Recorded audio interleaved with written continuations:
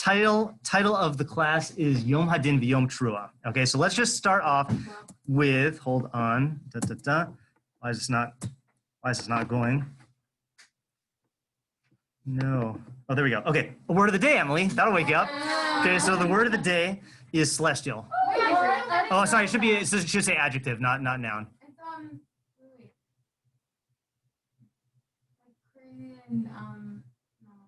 Like an object in space. Yeah, object of the heavens, right? So positioned in the sky or outer space, observed in astronomy. The first idolaters worshipped the celestial bodies, the sun, moon, and the stars. Okay, and I'm teaching this word because we're going to use it. So informal poll, if you asked the average Jew what happens on Rosh Hashanah, not what do we do, but what happens, they will say, you're judged, right? Hashem judges us. And for this reason, the alternative title and nickname for Rosh Hashanah is Yom Hadin, okay, right? So, she just entered, I just admitted her, okay, all right. Okay, so in Parshas Emor, which is where the main presentation of the Moadim is, this is the presentation of Rosh Hashanah. It says, so we'll skip the intro. So all we really say about Rosh Hashanah uniquely is Zichron Teruah. It's a remembrance of a shofar cry, okay? And everything else here is just, is said of all the other Yom Tovim, right? Is you can't do malacha or malachas avoda. You have to bring a fire offering. Very sparse treatment, okay? And what do you notice is missing? Like that you would expect to be there given what we just said? Yeah, judgment, right? So it does not call it Judgment Day in the Torah, okay? And in fact, nowhere in the Torah Shebechsav does it call it Judgment Day, or does it talk about the fact that we're judged on a particular day, okay? I mean, obviously, throughout the Torah, it says that Hashem judges us, but nowhere in the Torah does it say on a particular day. So where do we know that from? More primary than the Gemara? The Mishnah, okay, right? Do you know which Mishnah? Not the number. Yes. Do you know, like...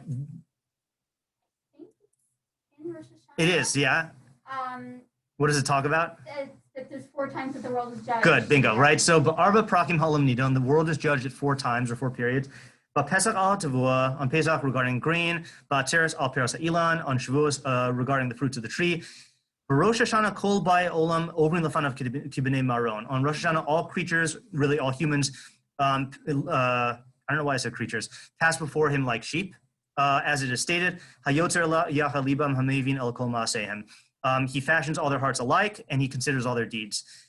And on Sukkot, we're judged regarding water. Okay, yeah.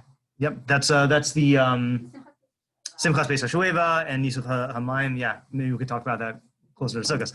Okay, Rambam on this explains, in his commentary on the Mishnah, explains what the judgment is on Rosh Hashanah. He says, of Inyano, its meaning is, Shemachashvin al bnei Adam, they calculate regarding human beings, or they, calculate is a good word, V'danin alehem, and they judge them regarding health and sickness, death and life, and other matters that pertain to man.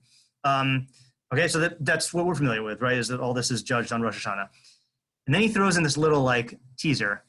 V'hanigle mizeh hamamar mavur. The revealed meaning of the statement is clear, as you see, but the hidden meaning is exceedingly difficult without a doubt. And he doesn't explain what it is, right?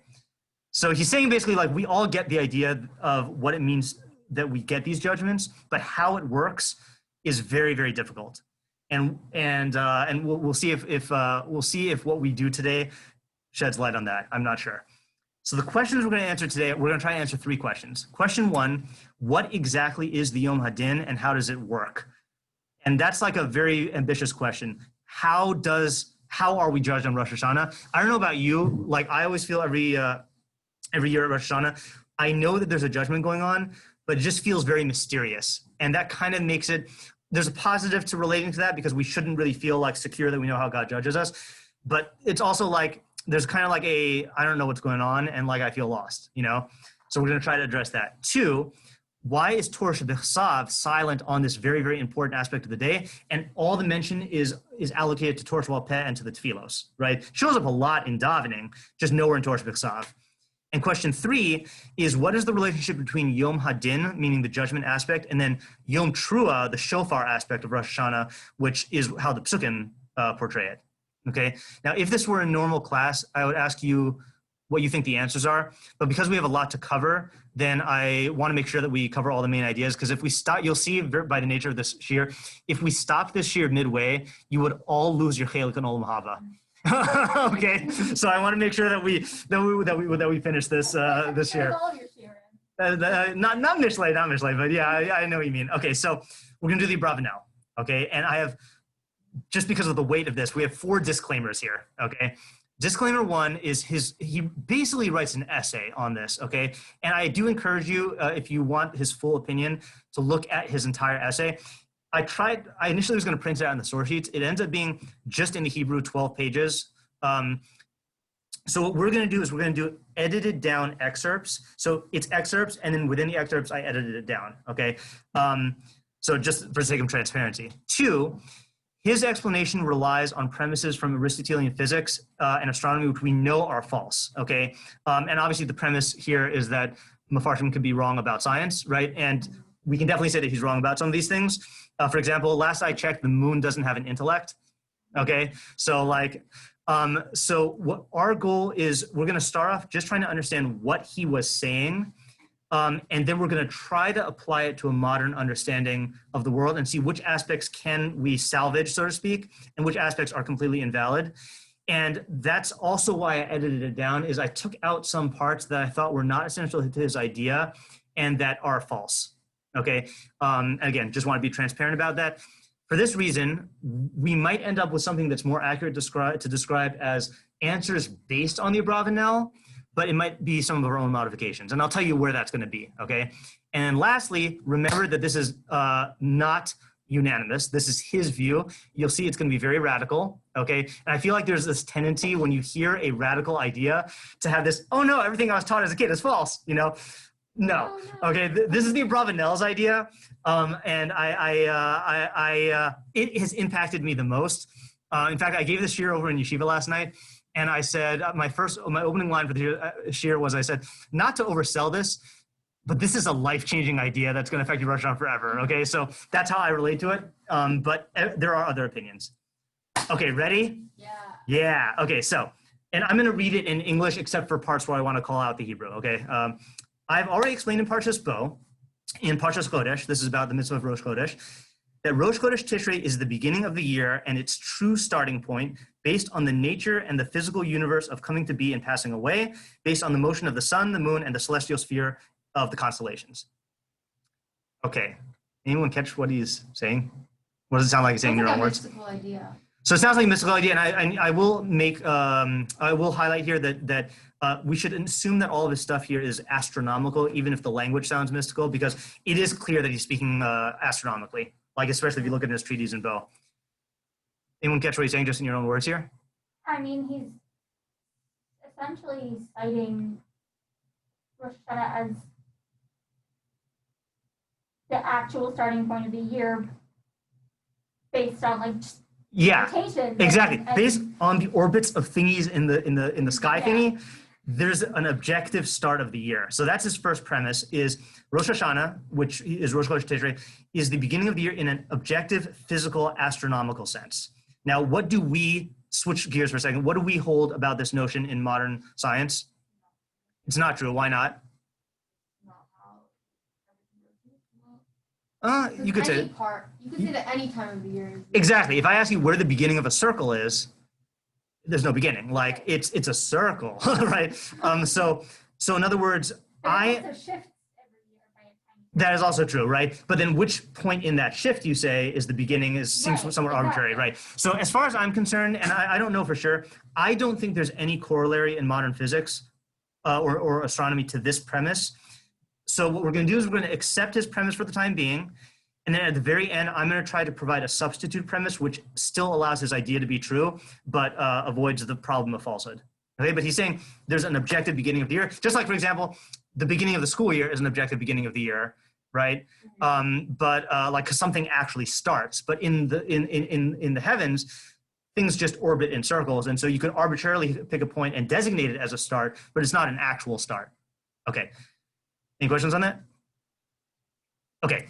2, the starting point of any phenomenon provides us with indications about all of the affairs which pertain to that phenomenon based on the celestial circumstances at that initial starting point.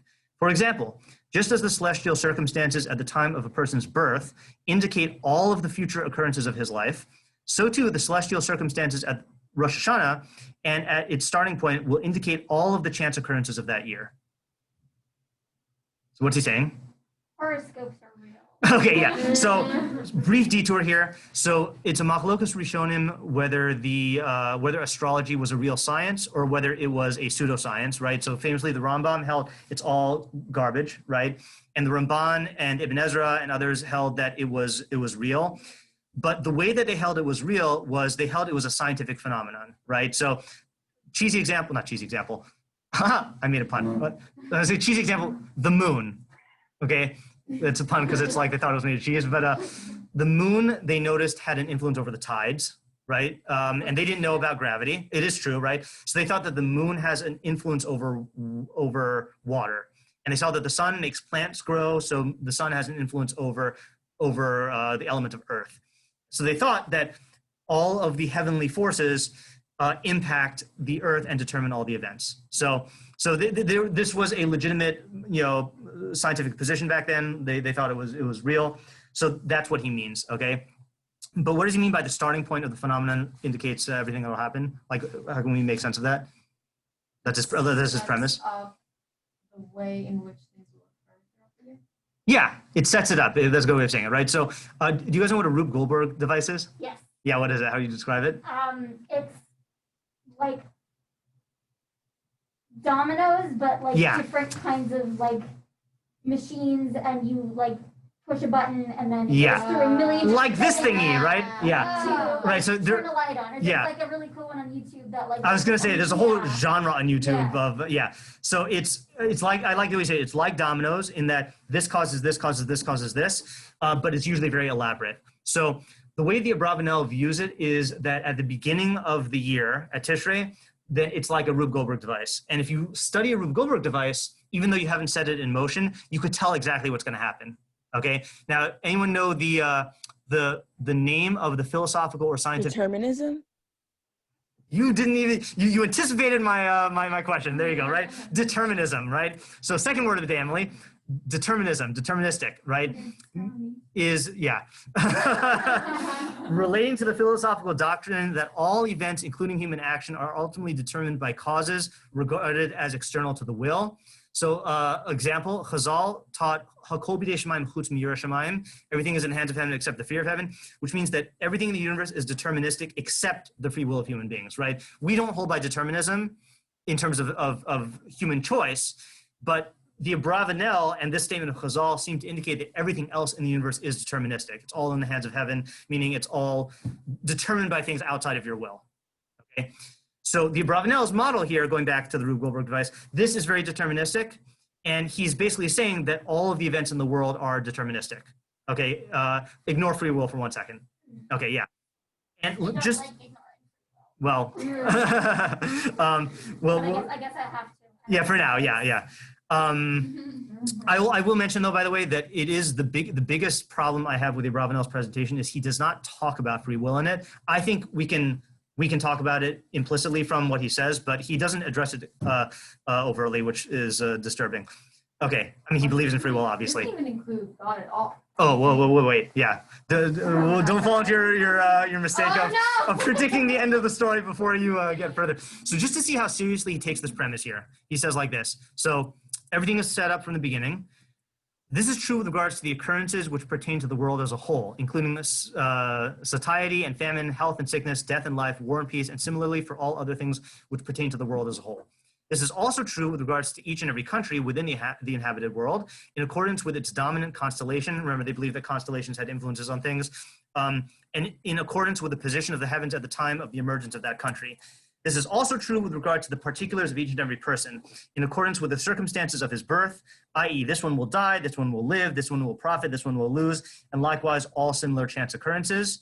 So this is premise number 3. The circumstances at the beginning of the year indicate and determine all future occurrences that year, globally, regionally, and individualistically. Yeah, Ayala? So the difference between 2 and 3, 2 is just generally. Exactly, and 3 is he's specifying 3 categories, yeah.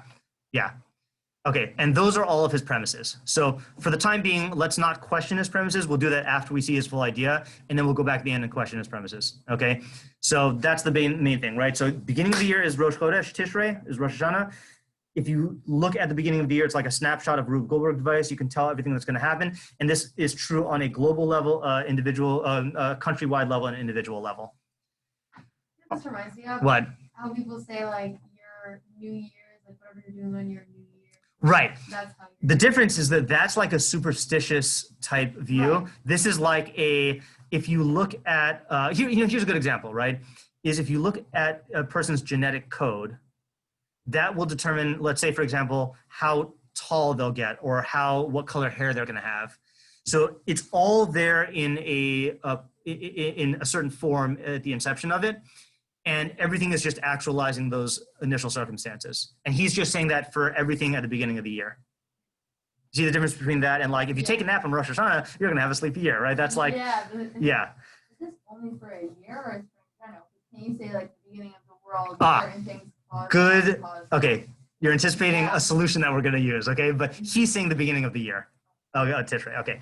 Now, are you ready for the big truth bomb?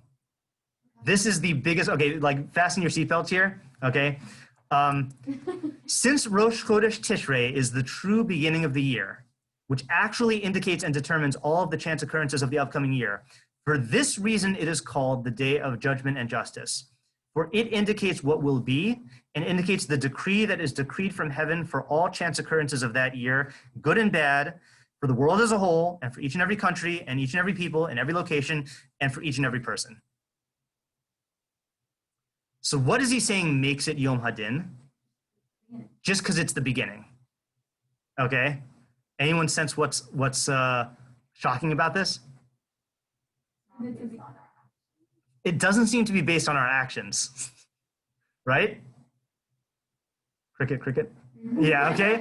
Right? Does not seem to be based on our actions, right? We think of the judgment day, God judges our actions. He's saying the judgment day it's the beginning of the domino setup. And that determines everything. Okay? Weird, okay, right? And this is why if we stopped here, then we would all lose our chelik in olam haba, okay? Let's go on. For this reason, they established in the tefillah of Yom Teruah these three types of judgment. So I'm going to read this part in Hebrew because this is in the text of the tefillah, and if you want to go home to your machzor and like note this in your machzor, it's good to have kavanah in zichronos. Regarding the judgment of the world as a whole, they established in the bracha of zichronos, Ata zocher maaseh olam upoke kol yitzurei kedem. You remember all the deeds done in the olam, in the universe. You recall all the creatures fashioned in early times. So that's global judgment. Regarding the judgment of every country, V'al ha-medinos bo ye'amer, ezo l'ra'av, ezo l'sova, we say ezo l'cherev, ezo whatever. So that's regarding every country, medinos. Regarding the particular judgment of every individual, they established to say, Ubrios bo yipakedu lahaskirim l'chaim l'maves, mi lo nifkar kayom hazeh, ma'aseh ish v'kudaso v'alilus mitzad gaver. So each individual is judged. So that's the judgment on Rosh Hashanah, is everything set up and all the particulars will play out. Okay. Why is this controversial? So check out how explicit this is, okay? V'hini hadin hazeh, this judgment on Rosh Hashanah, eino kafi ha'hashgacha ha'pratis. The judgment of Rosh Hashanah is not hashgacha pratis, which is reserved for God's loved ones and those who keep his commandments. The judgment on Rosh Hashanah is hashgacha klalis, hamusuderes mehagramim hashemayim, which is ordered by the celestial causes, asher hi koleles lenivraim kulam, which relates to all creations in a general manner. So that's the mind-blowing idea. When I saw this, I either literally or figuratively dropped my book in shock, right? That the Yom Hadin, the judgment of Rosh Hashanah, is not hashgacha pratis. It's all natural. So that's what we would conclude, right? If we stopped here. Yeah, exactly, right? But so far, it sounds like you're saying the judgment's going to happen however it goes, right? Or naturally you could say, okay, yeah, naturally you could set up the events. Okay, good. Okay, so, but the main problem is, so then what are we doing on Rosh Hashanah, with all the stuff that we do, right? If this is just going to happen. So this is where, he gives one more explanation here. He says, regarding this din in Mishpat, Chazal said in the Mishnah, all inhabitants of the world pass before him like sheep. As it is stated, he fashions their hearts together. And the perfected one, Rabbi Yochanan, in order to explain that this din is not in accordance with the hashgacha, which relates to the entire nation of Israel, he explained the statement, and they're all examined by God in one glance. So this is in the Gemara there. He says, God takes a glance, and that's what it means, like sheep. By in one glance, he was referring to that celestial circumstance at the onset of Tishrei, which determines all the affairs of the inhabitants of the world. Okay, so in other words, he's just saying that he's trying to say that what he views Rosh Hashanah as is what Rabbi Yochanan was saying, is that there is a glance, which is the determinant of the din, and he's saying glance means the factors that are in place at the beginning of Tishrei. Okay, so this is not a new point, he's just trying to bring a proof for his point. Okay. Now we get to the second dimension. Oh, sorry, not yet. He wants to drive in the point just so you don't think that that you're mistaking it. V'zehu inyan hadin shorosh hana kol l'chol min hanushi v'hu davar tiv'i b'mitzius. It's natural, right? He's using all the words hashgacha klalis, eno hashgacha pratis, davar tiv'i, in accordance with the influence of the celestial world on the terrestrial world of coming to be and passing away. Okay, so that's his end of his first part of his thing. But now, don't fear. However, there is an additional dimension super added to this day, which is unique to the Jewish people alone, okay? And its concept is based on the fact that the governance of the celestial causes is not exclusive over the Jewish nation, meaning for us, these heavenly causes are not the only things that determine our fate. In the case of the other nations and phenomena, everything which is indicated in the world by the celestial causes will be actualized and will necessarily come to be in an absolute fashion, no more and no less. So everything that is in place at the beginning will come true, okay? This next slide, by the way, I had trouble with the translation, so the translation is a little bit less literal than one would think, but I did my best. But with the Jewish nation, this is not the case. Even though the celestial bodies create a potentiality and a predisposition for certain occurrences to befall them, these potentialities are not brought into actuality via the celestial causes, but directly by Hashem, blessed is He, the cause of causes. The affairs and occurrences of the Jewish people, both good and bad, are brought about jointly with Hashgacha Pratis, which negates the celestial causes on many occasions. And the Hebrew here is good. Nisyachadu mikrehem v'inyanehem mitova adra el ha'hashgacha ha'elokis. So the mikrim, the chance occurrences, are determined in yachad, joined together with hashgacha pratis. So God is overseeing. Remember, what does mashgiach literally mean? To watch, right? I like I mean, that's a good translation also. I like the word supervise better because supervision implies a watching and also an intervention when necessary to make sure it goes properly. So other nations are completely under the heavenly, the laws of nature. Klal Yisrael is predisposed by the laws of nature, meaning that's the default of what's going to happen. But then God is watching and makes the final judgment call, so to speak. Or I shouldn't use that term. I don't want to say judgment. Makes the final call about how those natural forces will play out. And he's specific here. He says, when the Jews do God's will, the celestial causes which indicate that harm would befall them are either completely negated by his hashgacha or are transferred from one subject to another. As it is stated, all of the bad maladies of Egypt that you know, he will not put upon you, but he will put them on all your enemies. But when the Jewish people are bad in sin, then even though the celestial causes may indicate that good will come to them, they will not merit it, for he who is seated upon the heavens will negate it. So in other words, so what is he saying here? In your own words. You can change the natural occurrences that are going to happen throughout the year by harnessing God's hashgacha. Exactly, right? So let's say, for example, hypothetically, a pandemic is set to befall the Jewish people, right? Okay, so that's in motion by the laws of nature, right? That in Wuhan would have gotten picked up by that person who was, who developed a taste for bats. I don't know what the current science is on that, but whatever. That was set in motion, and though that disease will play out, but if we merit protection, God will shield us from it, or he'll divert it to another case, like it says by Mitzrayim, that certain things that would have befallen us, God will put on our enemies. And the reverse is also true, is if we were going to get good, but then God sees that as a nation we need an onesh, he'll withhold the good from us, even though naturally we would have gotten it. He won't naturally, he won't have to so he is saying that, yes, that he won't directly give bad, he'll just withhold the good. Yeah, and there's indications from the Psukim that's how God operates, is that he when bad stuff happens to us, it's indirect, that he lets it happen to us or he removes a protection that would have been there. Okay. Since Rosh Chodesh Tishrei is the Rosh Hashanah, meaning the beginning of the year, and the Yom HaDin for the entire world, in which the celestial circumstances indicate that everything that will happen for the entire year. For this reason, Hashem wanted Lazakos Es Yisrael, to give us Zechus. He revealed to them that this is the day on which everything is determined and on which the creatures are remembered for life or for death. So he gave us an in. He said, hey guys, this is the day where everything is determined. Okay, now why is that a Zechus for us? How's this gonna affect us? What can we do now? We can harness Hashem. Good. We can harness Hashem's hashgacha, and how would we do that? Davening. What else? Tshuva, mitzvos, all that other stuff. And he commanded them, meaning he commanded us, to take a stand for our lives, lamod al nafsham, and to strive to save themselves and to escape from these celestial decrees. And the only way to do this is to go to greet God and to supplicate before him, and to ask him not to abandon us to these celestial systems, but to take shelter in the cover of his wings, since they are the flock of his pastures and the measure of his inheritance. So one of my friends, when I gave this here last night, said it's like, actually, I'll reserve this muscle for later on. So he gave us this added advantage. I actually have an anecdote from real life, from my life. I must have told you guys about this at some point. Is when I was growing up, one of my best friends, before I was Jewish, one of my best friends, well, I had a best friend. I had several best friends. One of my best friends, once I converted to Judaism, so we lost contact, and then my friend's name is Sean. And then he somehow found Judaism and then started learning about it more. And he decided to basically like live as a Ben Noach.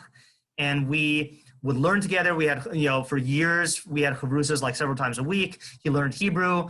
Like he was very into learning. And so one year, then we were learning Hilchos Tshuva, okay? And we were learning it every day. And I think it was Erev Rosh Hashanah. And he said, you're lucky. And I said, why? He said, you've been going to Selichos every day. Tomorrow you are going to have Rosh Hashanah, where you're going to have a Yom Tov where it's usher for you to work and you can't distract yourself with anything. You're going to have Shul, where everyone gets together to focus on the ideas of Malchios, Zichronos, and Shofros. You're going to have the mitzvah of Shofar. You're going to have that's going to kick off a period of 10 days of Tshuva, and where your entire community is working on this, which is going to culminate in Yom Kippurim, when you're going to fast. And I'm going to go to work. I'm not going to have a community. I'm going to go grocery shopping.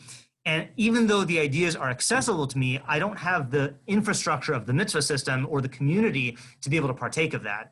So that really is, I think, a good illustration of the point he's making is everyone is judged on Rosh Hashanah, right? But we have an in to be able to take advantage of this and to obtain salvation through Hashgacha Pratis by doing mitzvahs and tshuva and everything. And is that available, well, strictly speaking, is that available to the non-Jews? Could they get Hashgacha Pratis? Well, yeah. Yes, 100%, right? What? Doesn't it seem from there that So he's making it seem like no, but I think it's because he's talking on a national level. Nationally speaking, they don't have access to that. But what's the proof that non-Jews can get individual Hashgacha Pratis? Yeah, stories from Tanakh, right? Is that, certainly, halakhically, the Avos were not Jewish, right? Noach, Cain, Hevel, Adam, right? Shem, Aver, individuals can get Hashgacha Pratis even though they're not Jewish. It's just a lot harder, right? They're on their own. So we get this, we get this in, and that's where I was going to bring this muscle from my friend. He said, everyone can play the stock market, but we get the insider information, that this is the day that you're being judged, Yeah, Ayala? This is random, but just that contrast about him not having that and us having that, that's how it's going to be when we have the big Hamikdash. Us now is compared to him not having anything. Then that's a good analogy, right? Yes, is that really if we were sensitive to our situation, we would realize we're missing out entirely because we don't have the Mikdash. Yeah, that's a good point. Okay, so this is now his last point here. Okay, before I show you this last point, shofar. So shofar is played, we associate with Rosh Hashanah, but it's played at several other points. Now, sometimes it's accompanied by the trumpets, like over korbanos, or like when we go to war, or when there's an Eis Tzara. But where else is shofar its own mitzvah, where we blow it the same way we do on Rosh Hashanah? That we do, but the trumpets are the main instrument of that day. There is a day where the main theme of the instrument of the day is shofar. and it's the same as Rosh Hashanah. We use it in the same way as on Rosh Hashanah. Which Yom Kippur? It's Yovel. Yovel, right? Yovel, the Jubilee year at the end of the 7 Shemitah cycles. And what happens when they blow the shofar on Yovel? 2 things happen. You stop yoga? Nope. Start yoga? You start Yovel, yeah, right now. But 2 halakhic changes happen. It's a reset in the system. It's a reset in the system. So one is that slaves The land goes back to their original shvatim. and the land goes back to its original tribal owners, right? Okay. So based on that, if you had to say, what does shofar symbolize? Freedom, okay, and release. So this is a cool explanation. What was that? That's Pesach, yeah. So he says, this is the character of the mitzvah of Yom Teruah, that he commanded us to sound Tekiah and Teruah on that day, Hamor al hadror v'hacherus. It points to release and freedom, as if to say that Bnei Israel are free from the indications of the celestial systems, and in this sense, he is our God and there's another, for he taught us this as a reliable remedy to escape from the calamities which come about from the celestial arrangements. So when you hear shofar in Rosh Hashanah, yeah. When you hear shofar in Rosh Hashanah, we're used to the Rambam's explanation of like wake up, which is still true, right? But what, according to him, should you be thinking about when you think about shofar, when you hear shofar on Rosh Hashanah? Escape from natural. I can escape my natural fate, right? And that shofar equals freedom. And right now, if I don't do tshuva, and if I don't do tefillah, and if I don't, set myself up for the next part of the year, I would just be subject to the natural fate of the laws of nature. The only way out is if I turn to Hashem and take advantage of his mitzvos and merit his hashgacha pratis, then I could free myself from this. So it's a call to freedom, which I had not heard anywhere else before, like associated with Rosh Hashanah. So I think that's a cool idea. Last part, and then we're going to go back and answer our questions. Therefore, he said, it shall be a Yom Teruah for you. In other words, this is a special chesed for which he did for his nation. Or it means to say that in spite of the fact that the judgment of Rosh Hashanah encompasses all human beings, nevertheless, the remedy of shofar and tshuva, which saves us from the celestial decree, was uniquely given to Israel. As it is stated, he relates his words to Yaakov, his statutes and judgments to Israel. He did not do so for any other nation. So we get the special in. Okay, now, let's answer our questions. So number 1, how does the Yom HaDin work? So in a nutshell, what did he say? Time when the next year is getting set up naturally, so you can ask Hashem to intervene for Okay, so the intervention part is not part of the Yom HaDin, right? I mean, he will say that, right? But the Yom HaDin itself is just, this is the beginning of the cycle. Everything is set up naturally from the cycle, and the Yom HaDin is a completely natural thing. Okay. All right, this is something that we didn't answer directly, but I think we can figure it out. Why do you think the Torah B'chsav is silent on this aspect of Rosh Hashanah, and why does this discussion belong to Torah Sheba'al Peh? Torah B'chsav only talks about Yom Teruah. Either because it's like intrinsic to the nature of the day, so it like doesn't have to be said. Okay, good. Or because it's kind of the Jewish people's secret. That's interesting. Okay, good. Torah Sheba'al Peh is more out is Yeah, that's like on a need to know basis. Like, yeah, exactly. The Torah B'chsav is open for everyone. More closely guarded. It's oral, so it's not. Okay. Not going to just open it up. Okay, I actually like that answer better than what I was going to say. So because that fits in with what the Abravanel is saying, is that it's concealed from everyone else because it's just for us, and that's why it's kept in Torah Sheba'al Peh, which is just for us. Okay, I'll give my answer anyway, which is still true. It's just not as elegant as yours. Is if you had a book called How to Survive a Hurricane, okay, practical guide how to survive a hurricane. So the book would not go into lengthy explanations for how hurricanes form and like the science behind hurricanes. Why not? It's not the goal of the book, right? You don't need to know. The only thing it would talk about in terms of the science is if it had a bearing on practicality. Okay, so Torah B'chsav is giving us the mitzvos, okay? And in this case, it's giving us the how to survive Yom HaDin, right? Which is the Teruah, which is the mitzvah shofar. So that's what it's going to talk about. The actual phenomenon of Yom HaDin itself, that's just a reality that you could learn about with your Torah Sheba'al Peh Rebbe, but that's not something that God needs to command us in Torah B'chsav. So it's there for like the expanded in-depth learning of it, but it's not going to be in the first presentation because it's not necessary. Okay. By the way, I think this might answer also why the Rambam says what the Rambam meant when he said that revealed meaning is very obvious, but the hidden meaning is very difficult. I think what he means is, in order to really understand the Yom Hadin, again, I don't know if he holds like the Abravanel, but if we were to say that, to understand the Yom Hadin, you'd have to understand astronomy, physics, science, all that stuff, which is not going to be conveyed by that Mishnah, you know? And I think this also explains, I don't know if you caught this when we did the Rambam, the use of the plural. He says, they calculate for human beings all the things that will happen and they judge them. That fits in very well with the Abravanel's model, because who's doing the judging of the Yom Hadin?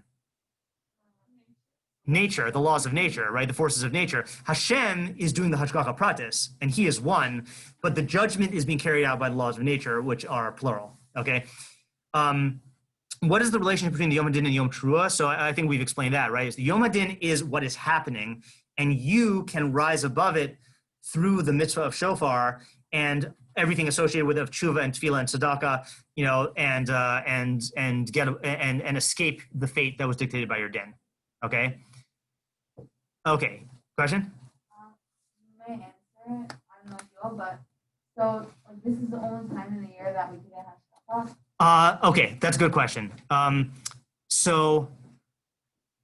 Okay, I'm gonna answer our leftover question, and if I forget, I think this will segue into answer to your question. Okay, so this is the last point we're gonna do here. So we mentioned that there were 3 premises. Okay, and that so premises 2 and 3 seem to be okay, like that we do, unless you like have some sort of theory that involves quantum and actual randomness in the universe. Functionally, we live in a deterministic universe. In this, like, I have a question on that. Yeah. How is it saying that every single year it's like reinstating the natural occurrence, or it was always? You're asking about premise 1? Is that premise 1? Yeah, right. Is that every year it starts off a new cycle? Yeah. Yeah. It's every year, or is it every year? Forever? Yeah, every year. So this is our problem, though, right? This is, I think, our most problematic premise, is that there's nothing that corresponds to this in our yearly cycle. Yeah, Sarit? I mean, I kind of have a problem with premise number 3, and like some of the things that he listed Yeah. are really things that stem from human will. Okay, not, yeah. Like war and peace. Right. Okay, yeah. So stuff like that. That's all, you know, the will of a country's leaders. Or, yeah. Okay. So like I'll address that also. Okay. But let me address this first premise first, because this one I think is the most urgent. So the question is, this isn't true, right? Is that there's no objective starting point of the year. So does that just? I mean, it seems like his whole idea is dependent on this, right? So how can we salvage it? So I think Ayala Fader said the answer. What did you say? You remember? Yes. So what is true is, when God created the world, that set things in motion. And in fact, that is a theme of Rosh Hashanah, Hayom Haras Olam, that when God initially created the world, that Big Bang, right, that sets all the physical laws of nature into motion. And it's just playing out the dominoes from the very, very beginning.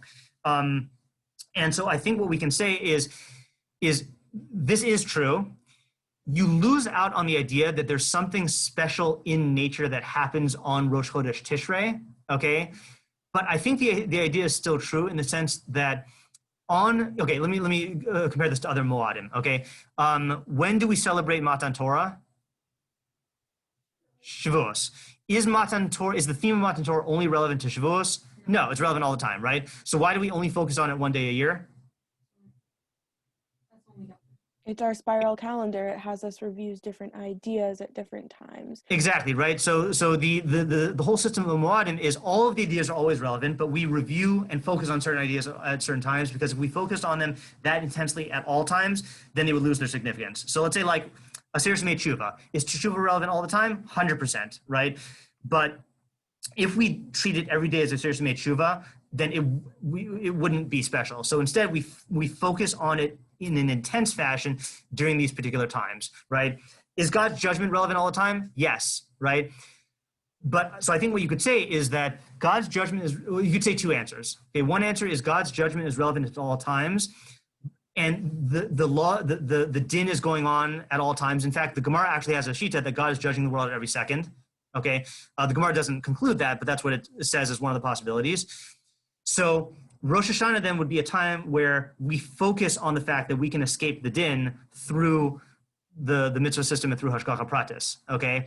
The second possibility to answer this is related to what Ayala was asking about, which is that it seems, according to certainly most Mefarshim, if not all of them, there is a special hashgacha pratis that's set into motion on Rosh Hashanah, okay? Meaning that it's not like every second God is assessing your actions and then adjusting your hashgacha level. It's that he sets a cycle, and that God is outside of time, but his intervention has to occur in time because we live in time.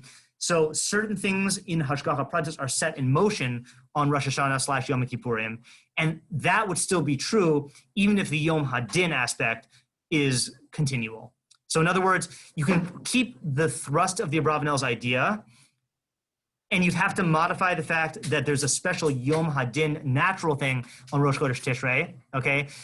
But the idea that we should do tshuva and then secure a good hashgacha, and that the hashgacha is set in motion on Rosh Hashanah, that idea is still true. Does that answer your question, Ayala, or not? Eliana, can you stop crinkling? Thank you. I know, but then it just seems like the normal idea too. No, but the difference is that there is a cutoff point for the hashgacha that will determine the extent to which you escape from the natural fate this year. That is determined every year at Rosh Hashanah. Then again, the same thing throughout the year. You can't get You let's put it this way. Your actions will affect the way that God relates to you on an individual level, but the only phrase I can use is set in motion. I don't know how to say it, meaning that, let me think about it. Yeah, I gotta think about it some more. Let me just address the reach thing because we only have 3 minutes left. So what about free will? And again, he doesn't mention free will, and that's very disturbing, right? So certainly we hold that free will can override the laws of nature. That's the simplest answer, right? That you can choose to, we're not like a plant that has to grow. Plant can't choose how it grows. It's utterly dependent on how much sun it gets, how much water it gets, and stuff like that. Same thing with animals. They're utterly dependent on their instincts. We can set our course in one way or another. So that is undoubtedly true whether or not the Abravanel says it, okay? I will mention though, factually speaking, most people are not really exercising their free will very often, right? Most people are just acting out their personality and their circumstances, and they're a product of both of those. And even in gigantic things like war and peace, like not to use any particular politicians as an example, certain politicians are clearly in the grips of their personality. And even if they wanted to, they couldn't change, right? Or it would be very hard. It's almost like this is the quote from the Rambam in the Morning Book. Most people are either behemoths or chayos. They're either domesticated animals or wild animals, and they're just acting out their animalistic forces. They're just a product of their animalistic forces and their circumstances, Or I've used the muscle before in our classes of you wind up the cymbal monkey and it just keeps, clanging its cymbals, and it'll hit a wall and it'll keep on going, or maybe it'll fall over and it'll keep on cymbaling, Most of us are just wound up forces of our upbringing and our circumstances. And it takes tremendous effort to break out of that and actually make a true free will decision, So that certainly on a global level, most of the world's events are determined by laws of nature in the human personality, Let's just conclude, and then I'll officially end the class, and then I'll take whatever questions, however long people want. So takeaway message, I think, is, here's how I would summarize it. So the Yom Hadin of Rosh Hashanah, or if you want to use the Hayom Haras Olam, the creation of the world that we celebrate on Rosh Hashanah, that will determine all the particulars of your life, unless you do tshuva and change your fate by making yourself worthy of hashgacha pratis to assist you in breaking free of those natural forces. And when you hear the shofar, listen to it as a sound of freedom. Free yourself from your deterministic fate. Take full advantage of the day that Hashem gave you. And there is a reality, again, even though he doesn't talk about this that much, there is a reality that somehow our hashgacha pratis allotment, for lack of a better word, is determined on the Aseres who made tshuva, and therefore it's in our best interest to make use of all the tools that Hashem gave us and secure for ourselves a good din, in the sense of a good hashgacha from Hashem to mitigate our din. Okay? All right, so that's the official end of the shiur, and I guess I'll take whatever questions, but if you have to leave, you can leave. Yeah. So you're changing the judgment from what Abravanel says is like nature and whatever to Hashem? No, I'm saying that what the Abravanel says is a din that happens every Tishrei. Hashem executed that judgment at the very beginning of the world. It still is nature, but it's a one-time thing as opposed to a every 12 months thing. And what Hashem does is not judgment on those days. It's like so the judgment is the laws of nature, which, by the way, we call Midas Adin. I mean, Midas Adin, like that's, in the first parak of Bereshis, it's only Elohim. That's God relating to us through strict justice. Then what Hashem does with us on Rosh Hashanah is that's Midas HaRachamim, is that he intervenes and suspends the din or diverts the din or mitigates the din. Am I missing your question?